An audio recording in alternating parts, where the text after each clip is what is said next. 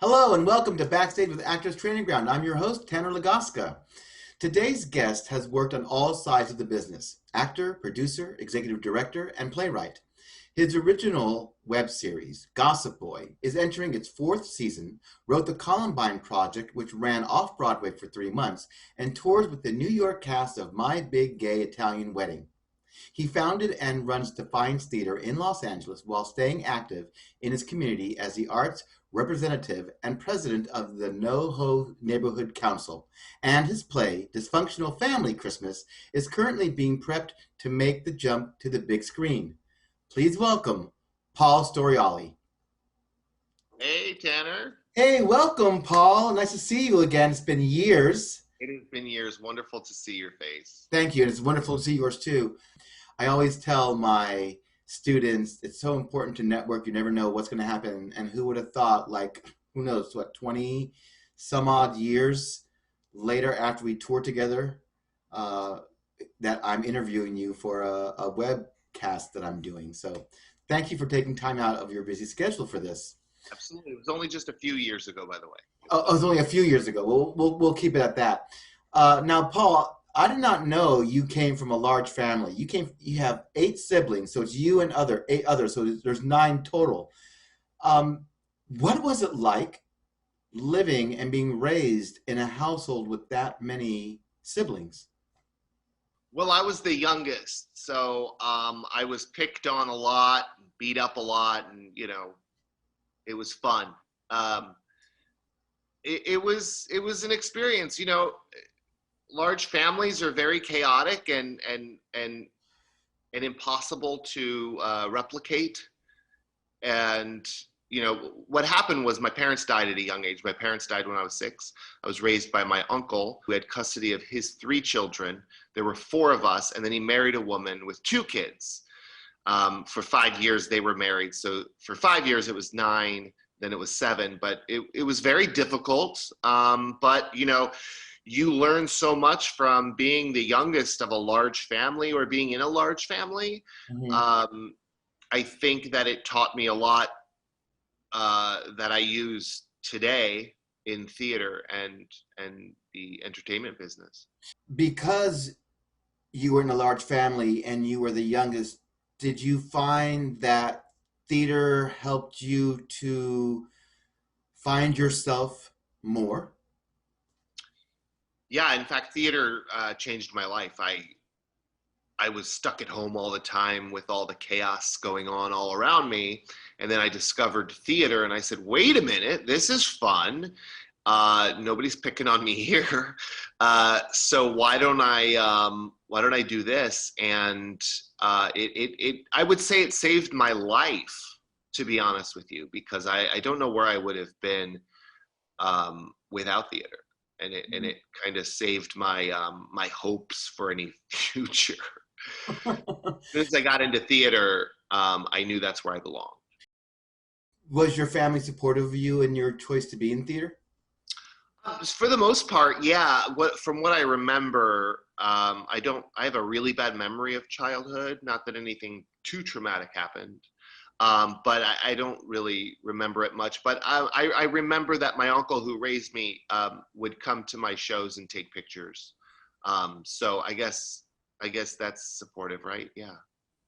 Can I also add that it's funny because it's not that they weren't supportive, but it was Paul is the odd duck of the family. He's doing all this performing and he's doing all these weird moves around the world and country and and at that time it was very strange. But now my nephew is doing it, kind of moving around the country doing weird things like I was doing. But now everyone's celebrating him doing it while it was weird when I was doing it. They're all going, yeah, real proud of you. Congratulations. This is awesome. And I was like, wait a minute, hold on a second. Where was this? Where was this back when I did it? Right. But times have definitely changed. So you acted all through high school, I'm assuming. Did you? I was looking at your resume and that you don't actually have a college degree from theater. Why did you decide to just get your experience from performing only and not going to school for a higher education in theater? Well, I really didn't have the opportunity, coming from such a large family. I didn't have the opportunity to go to school. Instead, I wanted to experience everything I just wanted to experience everything as, on the fly, Hmm. learning it from doing it as opposed to learning about it. Now, you know, late back then it was devastating to me that I couldn't get a degree in this type of work, but now I'm very thankful for it because there are so many loans to pay off for something that you honestly, and I hate to say this, but you don't need a college education for. You can take a class from a gifted teacher who can teach you this stuff, and you don't have to be in debt for half of your life to do it. Hmm. um, at that time I didn't know that, but I just wanted to learn as I went along, and I like to think that I learned more in 4 years than anybody could at college. Hmm. Well, I think also too that a college degree does let you teach at a college.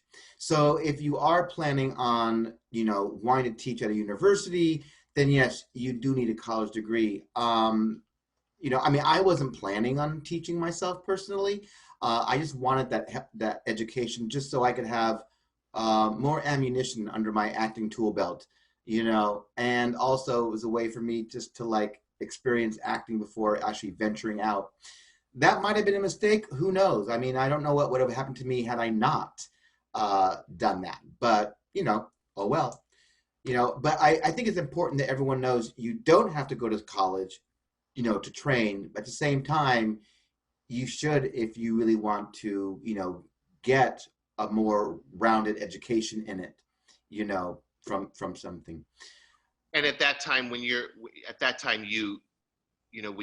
discovering what you want to do with the rest of your life, when you're an actor, you think, well, I'm going to do this for a living, and no one's going to have a choice. And they don't. You're young. You don't realize that there are opportunities that you may miss because you didn't attend. Uh, Yes. so Well, and we'll never know. You'll never know the opportunities you missed because you went to college or because you didn't go to college. It's like as you progress with your career, whichever way you want to go, we never know the what ifs. We only know what happened because we did this, and so it's really awful when people blame themselves or are upset that they did something thinking that it might have been different and better if they had not or had. And we don't know. We don't know. it's, So in 1998, we worked together in Chicago with a little touring show for about 3 months. And then after that, I believe that I continued working in children's theater, but you took a different route. What did you do? I believe right after our tour, I moved on to Los Angeles. From the first time, I moved to Los Angeles 3 times. This is my third, but I've been here for 15 years. What keeps drawing you back to Los Angeles? Well, it was home. It was always where I belonged. And I kept dealing with situations where I had to go back to Chicago. But that was the first time I moved to LA. Um, and unfortunately, I moved to the wrong area because when you look at the map, you think that Southern California is all LA, I guess. And I went to the wrong place. So I went back to Chicago, did Tony and Tina's for the remainder of the time before I came to LA again. Tony and Tina's Wedding, if for those who don't know, it's an interactive play. The audience is split into groups. You're either on the bride side or on the groom side, and the cast treats them like their family. You talk to them. It's like a little bit of improv, and then you actually have the show. And then afterward, I believe there's a reception where everyone gets to mingle and dance and basically eat or things like that. Yeah, so the church, you go into the church and they get married, and it's mostly scripted in the church. the audience is there to be the family of the bride of the groom, and then you go into the reception, and it's half scripted, half improvised, with music and dancing, and everyone, all the characters are telling their stories in character and with their part, their partner or their whoever, and you're spreading the gossip, and then at the end of the show, it all comes into one big chaotic mess, and there's fighting, and it's so fun. And you did that for 4 years. Yeah, I did that for 4 years. Every Tuesday through Sunday, 2 shows on Saturday. It was a blast. How do you keep a show like that fresh for you? Because while the audiences may be new to you, the role that you're doing isn't. So for 4 years, how'd you keep it fresh so that you didn't get bored with the show? Well, when I was 18, I saw the show. It had just opened in Chicago. I had seen the show, and my goal was always to play this one specific role, the bride of the brother, because I just thought it was hilarious. The role was just beautifully written. And so when I auditioned and I got the role, the way that I knew it was going to be a blast, and it was. The way to keep the show fresh is everybody plays 2 or 3 characters. Mm-hmm. So every day it's a different cast. It's not a different cast. It's everyone's playing different roles every day. So it's kind of, it keeps you, it's not the same show. It's never the same show. That show is never, no theater show is ever the same show, but this is definitely never the same show. Mm-hmm. You're always working with different people, as different characters, and you have your one base character, but one day you'll be a cater waiter, and the next day you'll be the bride. You'll be the bride. So that's, I think, what keeps the show fresh. For me, what kept the show fresh every time is that there was no place I'd rather be than in that show entertaining 200 people a night. Mm-hmm. And we got to work with Frankie Avalon 1 week a year. He would come to play the bride's godfather. Wow, that must have been fantastic. It's fun. It was fun. Did you ever have an audience member show up twice? And if they did you make them the same person, or did you just improv something completely new for them? Well, that's a great question. So I wouldn't recognize somebody if they had come twice unless they were a friend or family member. Uh-huh. But no, you change it up every time, and if you recognize somebody, you bring them into the show however they engage with you. So if they say, well, hey, what we got a lot was a lot of time we would get people who would say, "This is such a great show," and then we would have to respond with, "Show? What are you talking about? Well, not what are you talking about? You can't ask questions, but show? Yeah, this is a great show. We had the rehearsal yesterday. This is the wedding. This is a great show," and then move on. It's like, this person is never going to play along. Why are you not allowed to ask questions? Well, with improv, if you're not going to add on to it, improv is, if you're going to ask a question, add some information. Mm-hmm. But, so Tony and Tina's wedding, did that so that happened before touring children's theater or after touring? That's a great question. It happened after. I remember 2000. It was 2000 okay. I got that job. So when you were touring with children's theater, did you do other shows besides the one that we did, or did you work with other things? What was your experience like with that? Because I'm sure there are a lot of people, there's a stigmatism, Paul, about children's theater. And, it's considered the lowest end of touring, because it's, you're traveling to libraries and high schools and junior high schools and all this stuff.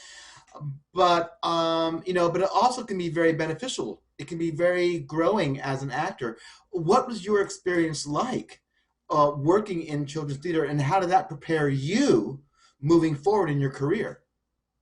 That was a blast. That was one of the highlights of my life, was touring with children's theater, because it was 3 people in a van driving from city to city to small town, meeting different people and learning the landscape of different parts of where we were was the Midwest. And so I got to go to we were able to visit small towns we would never have visited otherwise. And so I don't know about you, but in today's, today, when somebody comes and auditions for me and you say to them, where you from? And they say, Sudbury, Ohio, you know exactly where that is on the map. And you've been there and you can talk to them about it. You can say, I was at a Waffle House in Sudbury, and they're like, what were you doing in my town? It begins a relationship, it begins a conversation. So what it really did, that tour, no matter how small or large the tour was, it gave you education on the landscape of the Midwest, the towns where people who we work with are from. So you toured around with children's theater for quite a while, and then you moved to LA. Did you find that the experience of working in children's theater, touring for months at a time, prepared you for your move and your acting career in Los Angeles? Yeah, so it's interesting because when you when you travel a lot and there's always something new happening, you're always in a new place. You have to kind of catch up to what's going on around you immediately. And what I'm doing now, what I've been doing for the last 15 years, is a lot of something is happening and you have to fix it now. It has to work right now. So all of that improvisation of, getting the show, making the show great, even though this horrible problem is happening. If you have a flat tire on the road, you still got to go get that show. So hurry up and get that flat tire fixed. That prepared me a lot for the crazy things that happen in LA. One of the biggest issues that theater has in LA is when somebody gets a gig. The theater doesn't pay very well here, if at all. And so if you cast somebody in a show and then all of a sudden they call you and they say, hey, sorry, but I have a gig that's going to pay me $3,000. It's going to pay my rent for the next, couple months. I have to take this weekend off. Well, that's the business here. That happens all the time. And so you just have to be ready to fix that flat tire and make sure the show goes well. Wow. Well, we're going to take a small break, and then when we come back, we're going to talk about your time in LA. So we'll be back with Backstage with Actors Training Ground with our special guest today, Paul Storiale.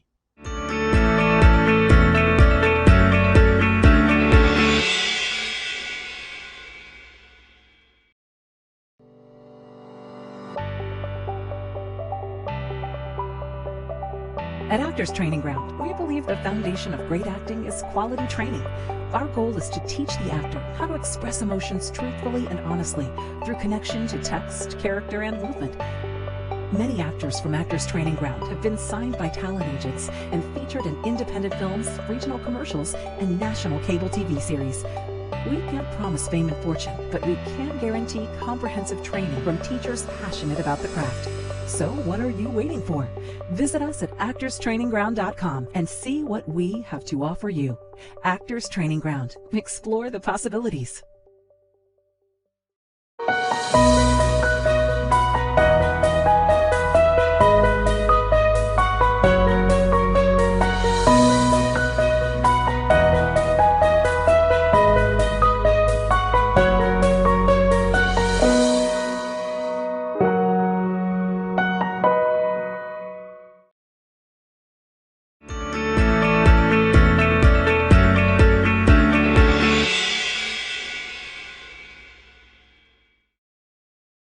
And we're back with Backstage with Actors Training Ground with our special guest today, Paul Storiale.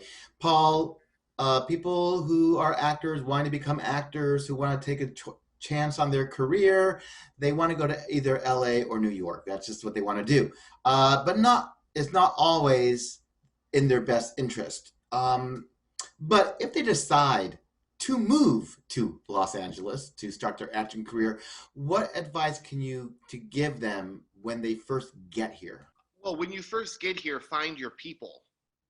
It's really important to know as many people as you possibly can, and not only know them, but be very good friends with them, because they're the ones who are going to be your support system, and they're the ones who are going to, in 10 years from the time you move to LA, that's how long it takes for anybody to become successful, usually.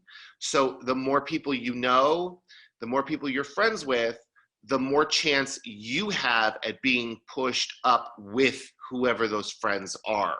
I can name a number of people who started out as an actor and are now in casting, now directing, producing, and writing.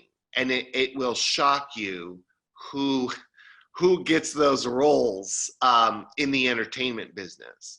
But everybody comes here to be an actor usually, but that's not in 10 years what they're all going to be doing. It's a really important to know. Make friends however you have to.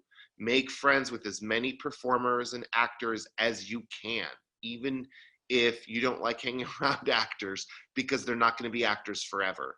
Mm-hmm. Well, I agree too. I mean, look at me and you. We were both starting out in our careers as actors. I still do it when I have the chance to, but because of Actors Training Ground and other small little projects here and there, I don't get a chance to act as much. I love it. It's my love. It's my passion. But I teach it now. I just finished producing a short little 20-minute film that I did, as well as this web series. So a lot of times you start out as an actor, you may not end up as one, or you may be doing that as well as everything else because the work doesn't come to you all the time as an actor. We don't get work all the time. You have to find ways of finding that creative outlet for your creativity. Yeah. And also, the other advice I would give to actors who are coming to Los Angeles or even New York is, no matter what happens in your day, be nice to everyone, because that's how you're going to make friends. I have a little story I tell people all the time when people come to, when new people come to my theaters. There was a girl who worked at Starbucks, and she was the most pleasant barista on the corner that you would ever meet. She was nice to everybody. Every time somebody she recognized would come in, her face would glow with a smile. And because she was like that, when a big TV show, Criminal Minds, came in to get coffee for the crew who were filming down the street, she said, "Hey, you want me to come and deliver these coffees with you?" And they were like, "Sure." Well, she ended up becoming, they hired her, and she became a writer's assistant for 3 years, and then wrote an entire episode on the show a couple years ago. So be nice to everyone, no matter who you are, and no matter how people treat you. Always be kind. People are going to be kind to you. Wow, that's amazing. What a great experience for her, I'm sure. When you first started to audition in Los Angeles, what caught you off guard or what surprised you about the audition process? My ego. My ego surprised me. What do you mean by that? So the ego that I had coming into it, that, hey, I'm really great. I'm going to come out here and I'm going to blow everybody away. And then you walk into the audition room and they all look like you. Mm-hmm. And half of them are better than you, and the other half are better looking than you. So that is what to expect. To be surprised about is that there's a lot of actors, but you don't realize how many are exactly like you. Mm-hmm. You're not any better than anyone else. You're not any different than anyone else. in fact, there's 100 people that are going to beat you at every single race, no matter how good you are, no matter how well you think of yourself. Yeah. That was surprising to me. What made you decide to change directions and go from acting into behind the scenes? Well, you don't have as many opportunities in front of the camera as you do have behind the camera. Remember, there's a lot of different roles behind the camera. There's only one role in front of the camera, really. So when I moved to LA, I wanted to showcase myself, and at that time, theater was a great place to showcase yourself. So I started producing theater and starring in the shows, and then it didn't take me very long to realize I can't be in the show and make the show really good. Mm-hmm. I have to choose one. And then I decided, well, I don't want to be known for having bad theater, so it's called vanity pieces when you're the star and the writer and the producer and the director. I don't want that reputation, so I'd rather have the reputation of putting on a good show than being a great actor. Now, as you said before, you don't act very much, but when we do act, when we do have those little times, it's the dessert. Mm-hmm. It's, oh, that's what it feels like. Oh, why can't I do this every day? It's so much fun, but you still have to have a good show, and you can't do both. Did you find that, again, your acting experience helped you when you started to produce theater? Oh, for sure. And how did that affect, what did you learn from acting that helped you become better at producing theater? Wow, boy, that's a tough one, because when you're acting, when you're on stage, especially in comedy, it's all instinct. Mm-hmm. It's instinct. You make a choice. It's instinct. I don't believe that you can teach somebody how to act, but you can give them ways to improve what they're doing on stage or on film. And one of those is instinctual, to convince somebody to trust their instincts and use their instincts often while they're performing on stage or on screen. It's complicated. With me, it's hard for me to explain how it helps, but when you're an actor, it definitely helps you direct and produce. During your time of producing, you wrote One Night Stands, the sex comedies, and that ran for 8 years. How did that make you feel back then, writing something and it lasting for that long?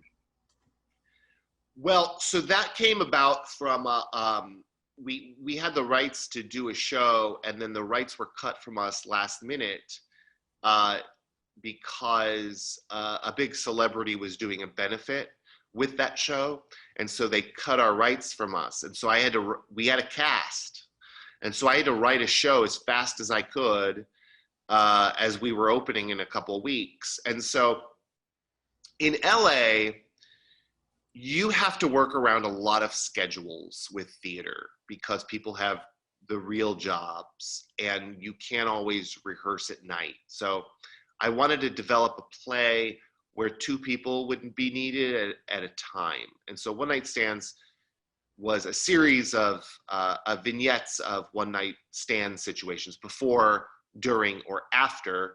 No nudity, very, very respectfully produced. So it was hard at first because of the time frame that we had to do the show, but because the rehearsals were easy. So here's what we would do. Rather than, it's not as impressive of an 8-year run when you hear this story, okay? You would get 4 weekends of the show. And after that 4th weekend, we would recast the entire show again, of about 12 actors. We would just recast the whole show again. If people wanted to stay, that was fine. They could play another role. but then we would rehearse 2 actors at a time during the day. It would take about 3 hours per scene, per sketch. And then for 1 month of a show, and then recast it again. And so in LA, it's not as much of an big theater audience here. We would have to rely on friends and family. Mm-hmm. And so what that recasting did every month was bring in a whole new set of friends and family. Mm-hmm. And then we'd recast it again, whole new set of friends and family. And that's how it lasted for 8 years, because we would just keep recasting, hundreds and hundreds and hundreds of actors. Now, what that did was that brought actors into our theater, Mm-hmm. where we met them, we liked working with them, we wanted to work with them again. They would be in the main stage show. And so hundreds and hundreds of actors came through it. Mm-hmm.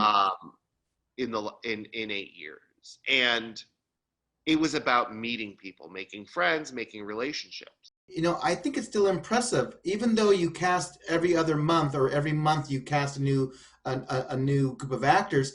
The fact that it still ran for 8 years is very impressive, because it could not have been written well.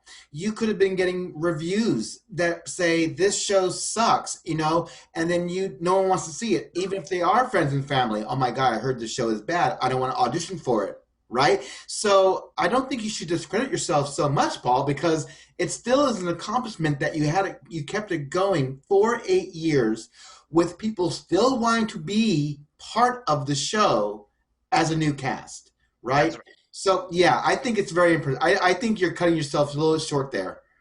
Where did the Columbine Project fit in all during this 8-year run, and why, or what inspired you to write the Columbine Project? So when I moved to LA the first time, right after the tour with Kids Matter, it was right there. It was April of 1999 was the last of my Kids Matter tour. Okay. And it was time to move to LA. So I was in a U-Haul with a good friend of mine, and we went through Denver, and I said, well, it was 2 weeks after. I said, well, why don't we stop off and see Littleton? And we did. And surprisingly, there were still people all over the campus. There was still caution tape. There was still, it was still happening. It was still huge news. And I took a lot of photos, and those images, both in the photographs and in my brain, stayed with me for a long time. And so it was about to be the 10th year of the Columbine Massacre. And I said, I have to write about this. I got to get this out. And I also wanted to learn more about it. And so I did a lot of research. I think it was November of 2008, I started doing the research. And then in December was my time to really write. I wrote it throughout December and January, and had a cast by February. Now, most of the cast were people from one night stands that I had worked with. So you've got this cast that if you've already worked with, they know who you are. I didn't have to really put an ad out much, because, and I got a great cast. My co-producer who wanted to produce it with me, she had a lot to do with it. It wasn't just me. I wrote it, but I wanted everybody to be very special to everybody, and it was. And it changed everybody's life. 23 cast members. Wow. How did it get to off-Broadway? That was my co-producer. I said, hey, let's try to put this off Broadway. And then the next thing I knew, we were on our way off Broadway. It was, we had a super fan, someone who we knew, a woman who was in One Night Stands, who came to see the show, and we didn't know that she was married to a very rich man, a very wealthy man. She said, how can we help you guys? And we said, well, if you want. And so she produced it. Her and her husband produced it to go off Broadway. Was the short run due to lack of interest, or did it not fit into the off-Broadway style? It was successful in New York for the first month, 2 months, but then the seats, it was just the it's the type of show it was. Nobody wants to relive that. And Yeah, you do relive it in that show. that's what theater's there for. It's to get people to be aware of things that they are not normally faced with, and to hopefully bridge a gap that maybe the theater can do. So I had mentioned that you have done other projects, and one of your projects is Gossip Boy, which is now going on its fourth year as a web series. Where did this idea come from, and is it being well received? So it started off as a movie that I was writing in 2000, and then my friend who produced web series said, "Hey, that idea you had for the movie, why don't you turn it into a web series?" And it was called Reverse Karma at the time. Gossip Boy is the story of a young guy. You're watching this young guy go through his life in the LGBT community, and then you're watching an older man go through his life in the LGBT community. And at the end of the first season, well, in the movie, you realize that it's the same person in different times of their life. And so we turned it into a web series. And when it first came out, there weren't that many web series out at the time we came out with our web series. And the success was, at first it was huge, but you need marketing money nowadays. And so season 1 and season 2 are huge hits. And then season 3 is like, whoa, we have how many views on season 3? Because it took us about 3 years to put up season 3 due to finances. It's hard to create your own content when you don't have much money. What we had was friends who would shoot and edit and do all the work in the background. I think we spent zero money for seasons 1 and 2, and it looks like $1 million project because of the people that we knew through theater that ended up doing something else. So we have a clip from season 3 of Gossip Boy, and we're going to take a look at that. Is there a setup that we need for this, or is it just play it and see what happens? Well, let me explain, just so nobody's confused. This is a new character in season 3 that works at the LGBT Center, and he's not very welcomed at first by the peers who are always at the LGBT Center. Okay, great. So here it is, Gossip Boy. Hey, who are you? I'm Andrew. Are you joining us, or are you just listening to our intimate secrets? No, I'm so sorry. I didn't mean to. Okay, come in. I'm a new staff member. Oh, really? It's my first day. Well, I'm Tommy. I run this peer group. Oh, very cool. Well, I'm so sorry to interrupt, guys. We tell secrets. I like secrets. Do you want to tell us one of yours? Please. It's the least you could do since you interrupted our group. Okay. I enjoy the smell of skunks, which some might find weird. Wow. What a revelation. Thank you so much for sharing. That's funny. I just love that last line. I just loved it. Wow. So great. From what I could see, great cast. I mean, definitely it's mixed. It's diversified, which I love.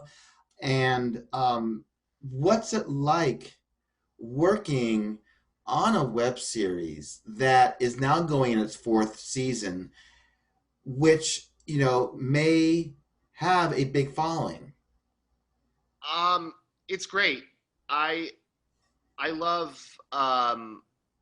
where the show has gone. I love everyone who participated, everyone who contributed to the writing. We had some great directors, and the actors, brilliant. I wouldn't trade anybody that we had for anybody else, because it was just a joy to people loved working on the show. They would come on set and they would just have a great time with us, and none of those people got paid. They did it all because we've worked with most of them in the past in theater. And so we were like, well, let's bring these theater people onto our show. It feels good because we got to work with our friends. And where can we go if we want to watch Gossip Boy? Where do we go? It's at gossipboytv.com. Awesome. Well, listen, we're going to take a small break, and then when we come back, we're going to finish up our interview with Paul Storiale.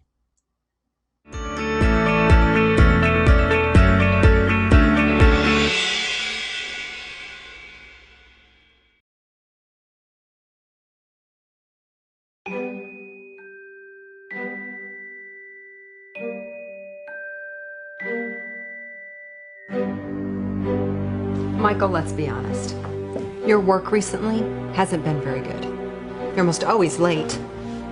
You've really left me no choice. I'm canceling your contract. This is bullshit! Look, Lillian, I just want my final shoot like everyone else. You know, sometimes getting a final shoot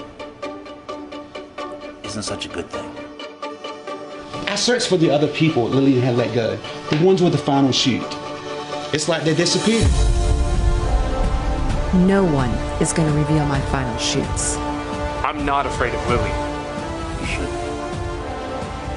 Don't forget, smile for the camera, Michael.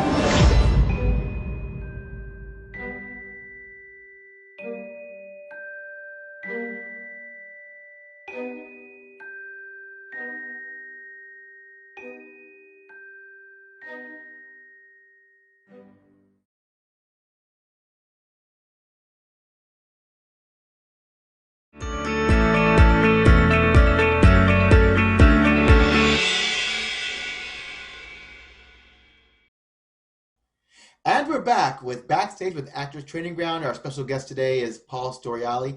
So, Paul, you started Defiance Theater. What was it like starting it up, and how's their response coming? Well, I never wanted a theater company. I wanted to do everything myself. And whenever someone said, why don't you start a theater company, I tried to deny it in my life because it's really hard to get a group together that wants to do all facets of theater.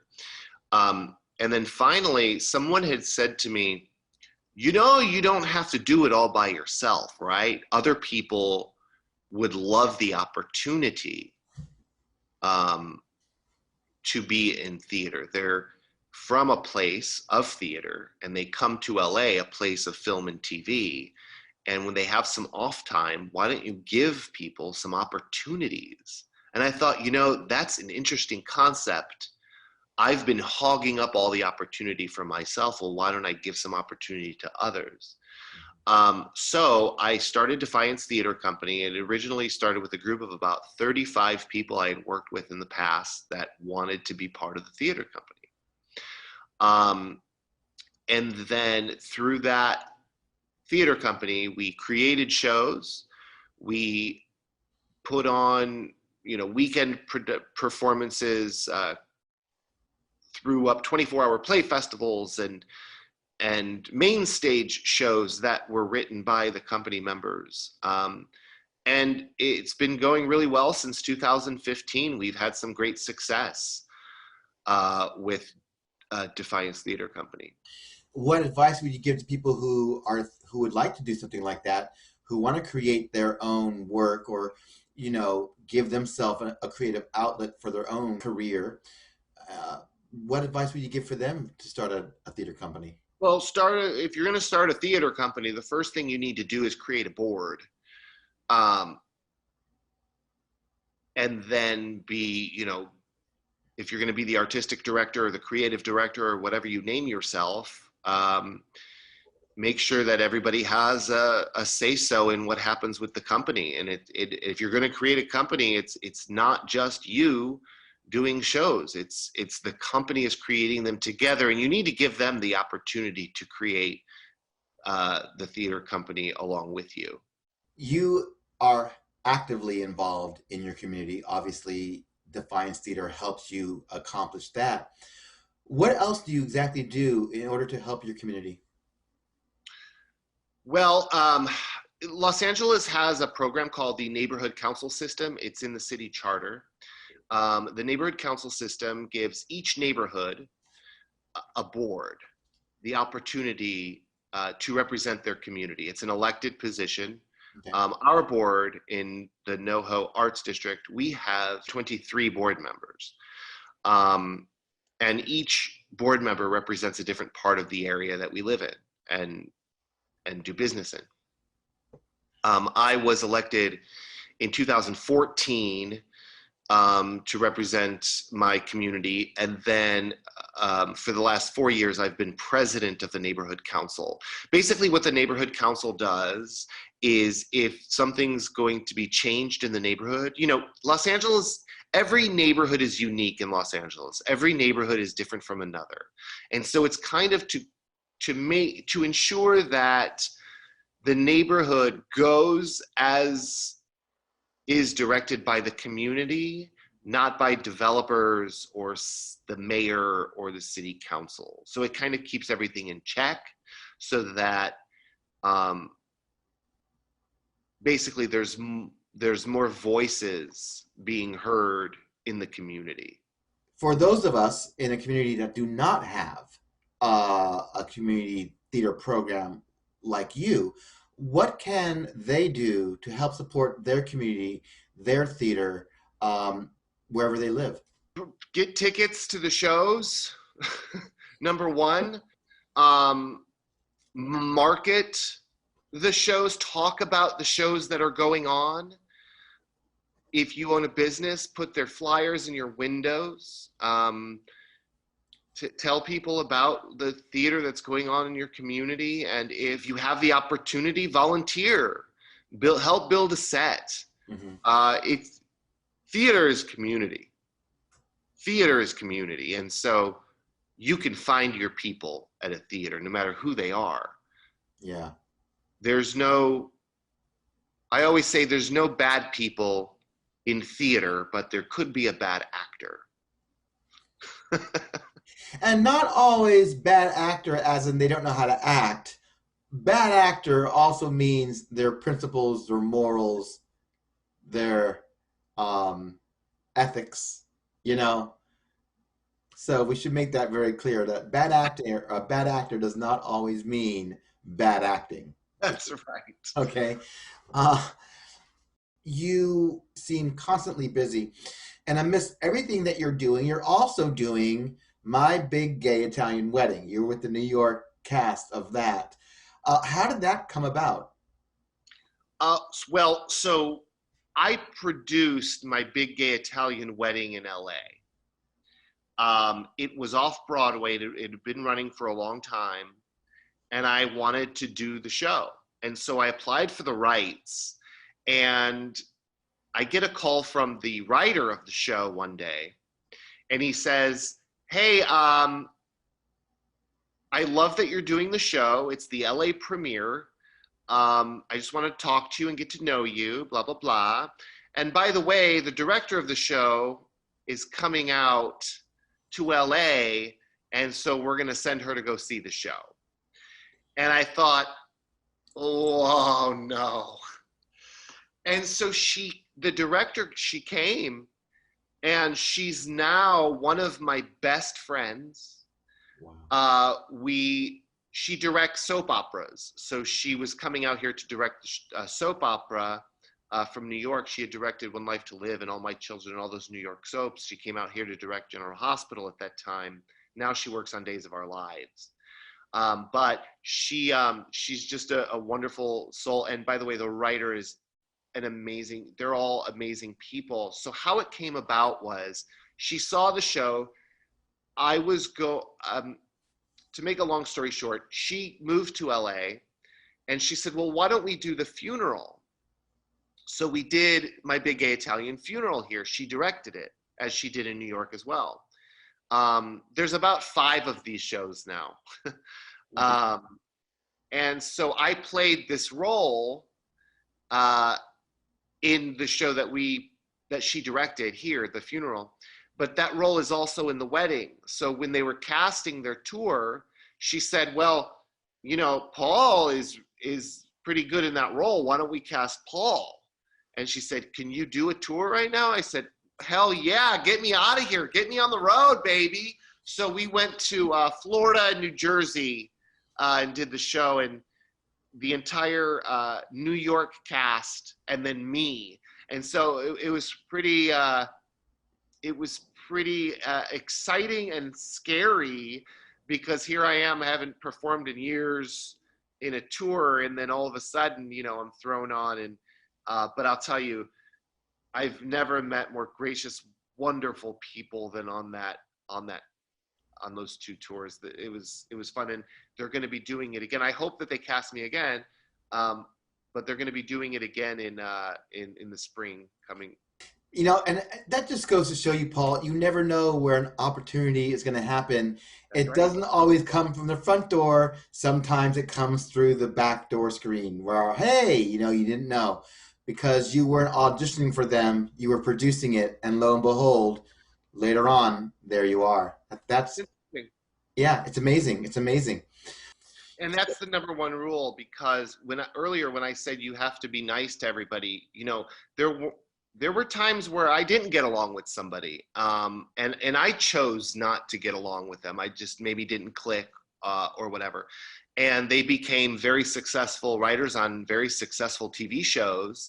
And I thought, oh, what did I do? Yeah. So it really, you never know who's going to get somewhere. You never know what position somebody you don't like is going. Be nice to everyone, whether you like them or not. I learned that the hard way on many occasions. So you've written a lot of your own original work. We have Gossip Boy, we have One Night Stands, you had the Columbine Project. Now you're working on bringing one of your plays, Dysfunctional Family Christmas, to the big screen. What's that process like for you? Well, so the play is about a couple, Joanne and Dean Logan, who have decided to move to Florida now that their children have moved out of the house. Their last child has moved out of the house. And so they're going to sell the house. Well, the problem is Grandpa still lives with them, and he's too old, and he's very mean to the family. And so they find him on Christmas Eve morning. He's passed away. And they wanted to have one final Christmas in the house with no drama. Just one final awesome Christmas in their house that the kids grew up in. So they have to kind of hide that Grandpa died from the kids. And so it's kind of like a Weekend at Bernie's meets National Lampoon's Christmas Vacation. And that's I've had five great runs of that show, and decided to write it into a film. And so my good friend Sonia Blangiardo and Brandon Goins helped me write it, and now it has a producer, someone who came to see the show, came and saw it and wanted to make it into a movie. So we're in the process now of turning the script into a film. I'll say this about Los Angeles theater: if you write a play, someone's going to come to your show, and someone will always say that needs to be a movie. Which for theater people, it's a little offensive, but for writers, it's a big compliment. Mm-hmm. But it doesn't matter what the play is. Someone will always say, in this situation, it's a real person, a real producer who's really interested in turning it into a movie. And I think it's going to be very successful, not because of the show itself, but because of the people that are involved. Well, it sounds like a great project. I'm looking forward to seeing it, Paul. I think it's going to be amazing. My last question before we get into our 10 questions is this.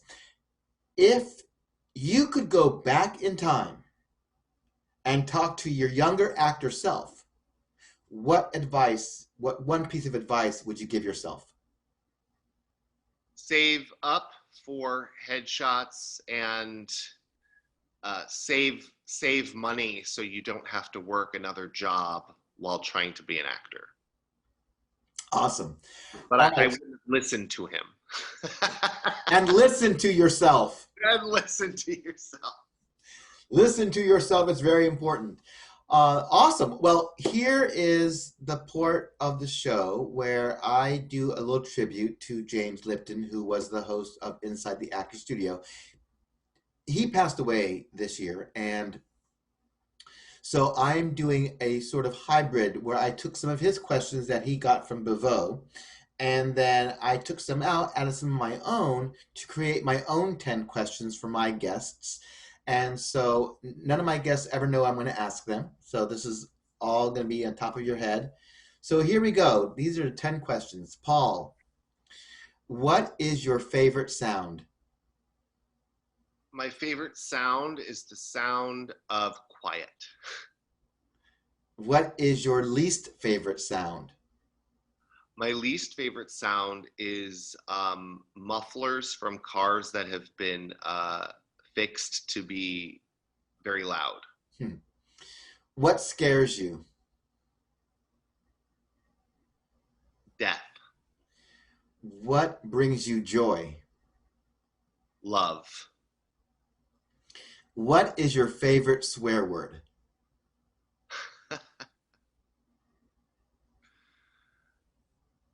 Fuck. What other profession would you like to attempt?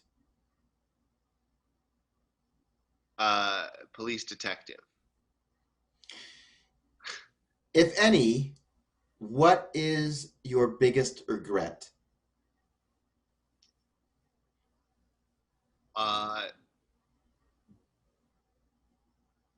My biggest regret would probably be not moving to Los Angeles as an 18-year-old as opposed to a 24-year-old. What would you consider your strongest trait?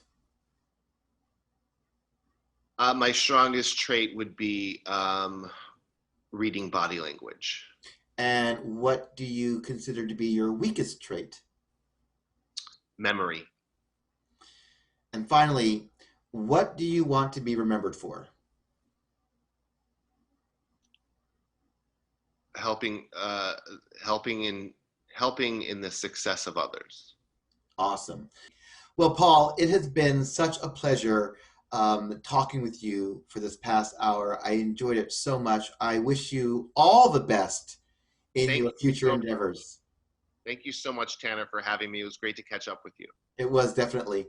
This has been Backstage with Actors Training Ground. I was your host, Tanner Lagaska. Until next time, explore the possibilities.